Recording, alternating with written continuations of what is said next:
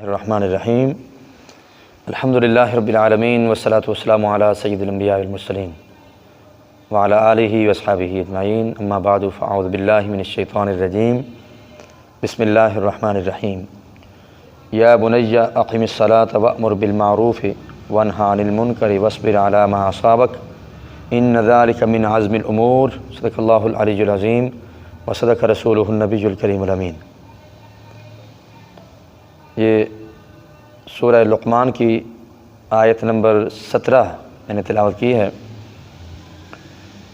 حضرت لقمان اپنے بیٹے کو واعظ و نصیحت کر رہے ہیں، ان کی تعلیم و تربیت کر رہے ہیں، اور بھی اس میں متعدد آیات مبارکہ ہیں۔ تو اولاد کی تعلیم و تربیت والدین کی ذمہ داری ہے اور کرنی بھی چاہیے۔ جیسے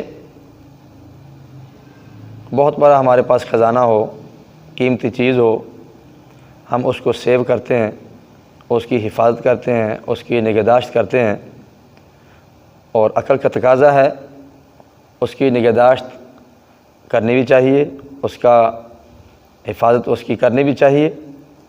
تو اولاد سے بڑھ کر کون سا خزانہ ہو سکتا ہے؟ جن کے پاس نہیں ہے ان سے پوچھیں، یہ بہت بڑی نعمت ہے، بہت بڑا خزانہ ہے۔ تو اولاد کی بھی اسی طرح حفاظت بھی، تعلیم و تربیت بھی، اور ان کی دیکھ بھال بھی کرنی چاہیے۔ جیسے کہ نرسری آپ کاشت کرتے ہیں تو نرسری کو پانی لگانا، ان کا خیال کرنا، اس کا نگہداشت کرنا جیسے ضروری ہے، تو انسانی چمن کے ان پھولوں کی نگہداشت کرنا، ان کی حفاظت کرنا بھی بہت ضروری ہے، ان کی تعلیم و تربیت کرنا بھی ضروری ہے۔ اور والدین کی واعظ و نصیحت اور تعلیم و تربیت کا اولاد پر اثر ہوتا ہے، کیونکہ نبی اکرم صلی اللہ علیہ وآلہ وسلم نے فرمایا کل مولود یولد علی الفطرۃ، ہر بچہ، ہر مولود اپنی فطرت پر پیدا ہوتا ہے۔ ابواہ یحودانہ او ینصرانہ او یمجسانہ، اس کے والدین، اس کے ماں باپ اسے یہودی بناتے ہیں یا عیسائی بناتے ہیں یا مجوسی بناتے ہیں۔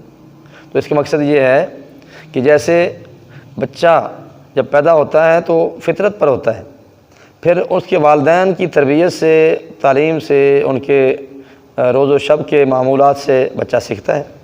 تو اسی طرح جب والدین اچھی باتیں کریں گے، نماز پڑھیں گے، روزہ رکھیں گے، تو اولاد کی تربیت بھی ہو جائے گی، قرآن پڑھیں گے۔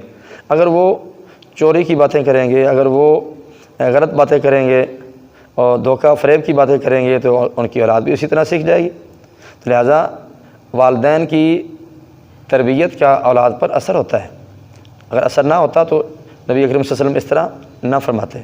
اور اللہ تعالیٰ نے قرآن مجید میں حضرت لقمان کی واعظ و نصیحت کا ذکر فرمایا وَإِذْ قَالَ لُقْمَانُ لِابْنِهِ وَهُوَ يَعِظُهُ يَا بُنَيَّ لَا تُشْرِكْ بِاللَّهِ إِنَّ الشِّرْكَ لَظُلْمٌ عَظِيمٌ۔ میں یاد کرو جب حضرت لقمان نے اپنے بیٹے کو واعظ و نصیحت کرتے ہوئے کہا، بیٹے اللہ کے ساتھ کسی کو شریک نہ بنانا، بے شک شرک جو ہے یہ ظلم عظیم ہے۔ یہ نصیحت کر رہے ہیں، کتنی پیاری تربیت ہے۔ آگے چلتے چلتے انہوں نے کہا یا بنیّ انہا ان تک مثقال حبۃ من خردل فتکن فی صخرۃ او فی السماوات او فی الارض یأتی بہ اللہ ان اللہ لطیف خبیر۔ اے بیٹے اگر ایک رائی کے دانے کے برابر بھی کوئی چیز ہو، اور پتھر میں ہو، آسمانوں میں ہو، زمینوں میں ہو، تو اللہ تعالیٰ اسے لے آئے گا۔ اللہ تعالیٰ کا اتنا علم ہے۔ اور آگے پھر فرمایا یا بنی اقم الصلاۃ وأمر بالمعروف وانہی عن المنکر واصبر علی ما اصابک ان ذلک من عزم الامور۔ اے بیٹے نماز بھی قائم کرتا رہے، نیکی کا حکم بھی دیتا رہے، برائی سے روکتا بھی رہے، کوئی مصیبت آ جائے تو اس پر صبر بھی کرتے رہنا، یہ ہمت والے کام ہیں۔ ولا تصعر خدک للناس، اور لوگوں سے اپنے چہرے کو نہ پھیرنا۔ ولا تمشی فی الارض مرحا، اور اکڑ اکڑ کر بھی نہ چلنا۔ ان اللہ لا یحب کل مختال فخور، تو اللہ تعالیٰ مختال اور فخور سے، یعنی کہ تکبر کرنے والوں سے، بڑائی کرنے والوں سے، شیخی کرنے والوں کو محبت نہیں کرتا، ان کو پسند نہیں کرتا۔ وقصد فی مشیک، اور درمیانی چال چلنا۔ وغضض من صوتک، اپنی آواز کو دھیما رکھنا، آہستہ بولنا۔ ان انکر الاصوات لصوت الحمیر، کیونکہ آواز جو بری ہوتی ہے سب سے، وہ گدھے کی آواز بری ہوتی ہے۔ یہ کتنی پیاری نصیحتیں ہیں۔ تو اللہ تعالیٰ نے یہ ہمیں سبق دیا ہے کہ اپنی اولاد کو سکھاتے رہیں، ان کی اچھی تعلیم و تربیت کرتے رہیں، ان کو بتاتے رہیں۔ اگر نہیں بتائیں گے تو اولاد کیسے سیکھے گی؟ ابھی میرے پاس یہ بخاری شریف کی حدیث پاک 1491 اور بھی حدیثیں ہیں اس ضمن میں، تو یہ مختصر سی میں حدیث پاک پڑھ رہا ہوں۔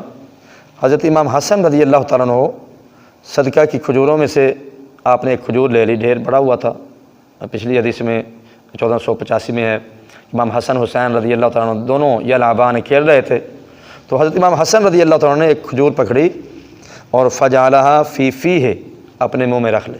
اب صدقے کی کھجور تھی، تو نبی اکرم صلی اللہ علیہ وسلم نے جب دیکھا تو آپ نے فرمایا کخ کخ لیطرحہا، چھی چھی، اس کو نکال دو، اپنے منہ سے اس کو نکال دو، بلکہ ایک روایت میں ہے انگلی آپ نے ڈال کے نکالی اس کو، اور بتایا کیا فرمایا، ثم قال اما شعرت ان لا ناکل الصدقہ، بیٹے یہ ہمارے لیے صدقہ جائز نہیں ہے، ہم نے صدقہ نہیں کھانا، یہ غریبوں کا حق ہے، یہ مسکینوں کا حق ہے، یہ غرباء کا حق ہے، یہ فقراء کا حق ہے، تو ہم نے اسے نہیں کھانا، ہمارے لیے یہ جائز نہیں ہے۔ دیکھو کتنی پیاری تربیت ہے۔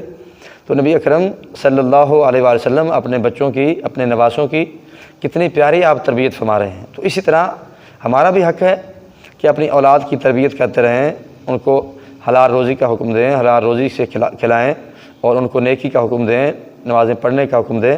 اور اسی طرح حدیث پاک ہے نا، جب بچہ 7 سال کا ہو جائے تو اس سے نماز پڑھنے کا حکم دو، جب 10 سال کا ہو جائے تو پھر سختی کے ساتھ اس کو ڈانٹ ڈپٹ کر کے بھی اس کی نماز کا اس کو بتاؤ اور اس سے نماز کا آغاز کراؤ، نماز پڑھانے کی کوشش کرو۔ تو لہٰذا اولاد کی تعلیم و تربیت جو ہے یہ بہت ضروری ہے۔ اگر ہم اولاد کی تربیت نہیں کریں گے تو پھر بچے بگڑ جائیں گے، بگاڑ پیدا ہو جائے گا۔ میں شہروں میں جو لوگ رہتے ہیں ان کے بارے میں بڑا فکر مند رہتا ہوں، وہ اپنے بچوں کو بڑی بڑی تعلیم دیتے ہیں، آکسفورڈ میں، ڈیفوڈیل میں، کنڈر گارڈن میں، فلاں فلاں کن کن اسکولوں میں بچوں کو پڑھاتے ہیں، اور لیکن ان کی تربیت نہیں کرتے۔ تعلیم تو مل رہی ہوتی ہے، تربیت نہیں ہوتی۔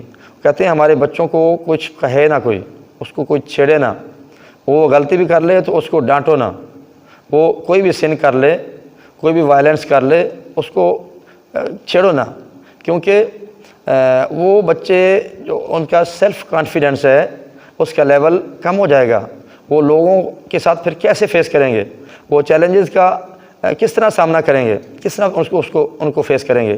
تو یہ ان کی غلطی ہے۔ اس لیے غلطی کہ جب بچے کی تربیت ایسی ہوگی تو پھر وہ تو ریئلائز نہیں کرے گا، احساس اس کو نہیں ہوگا کہ یہ میرا سن ہے، یہ میری گلٹی ہے، یہ میں نے وائلنس کی ہے، یہ میں نے وائلیشن کی ہے، میں نے یہ ایکسپلائٹیشن کی ہے، یہ میں نے غلطی کی ہے، میں نے کرپشن کی ہے، اس کو احساس ہی نہیں ہوگا، تو کسی غلطی کا اس کو پتہ نہیں چلے گا۔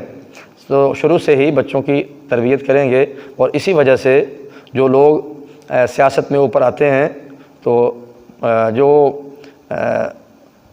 درمیانی طبقہ ہے ان میں سے تو لوگ آتے نہیں، جو نچلے والا طبقہ اس سے بھی نہیں آتے، اوپر والے طبقہ جو ایلیٹ طبقہ اپنے آپ کو کہتا ہے، تو ایلیٹ کلاس کی سوسائٹی کے لوگ وہ اپنے آپ کو اچھا سمجھتے ہیں، ان کے پاس پیسہ بھی ہوتا ہے، اور وہ سیاست میں بھی آتے ہیں، اور وہ کرپشن بھی کرتے ہیں، ملک کو لوٹ کے کھا بھی جاتے ہیں۔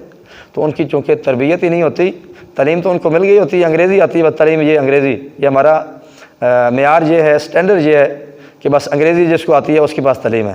تو ان کے پاس انگریزی ہوتی ہے اور کچھ بھی نہیں ہوتا، اور وہ کرپشن بھی کرتے ہیں، ملک کا نظام تباہ کر دیتے ہیں، سارا نظام برباد کر دیتے ہیں، بگاڑ پیدا کر دیتے ہیں، لیکن ان کو احساس بھی نہیں ہوتا، کیونکہ ان کو شروع سے یہ سکھایا گیا کہ تمہاری غلطی ہے ہی نہیں۔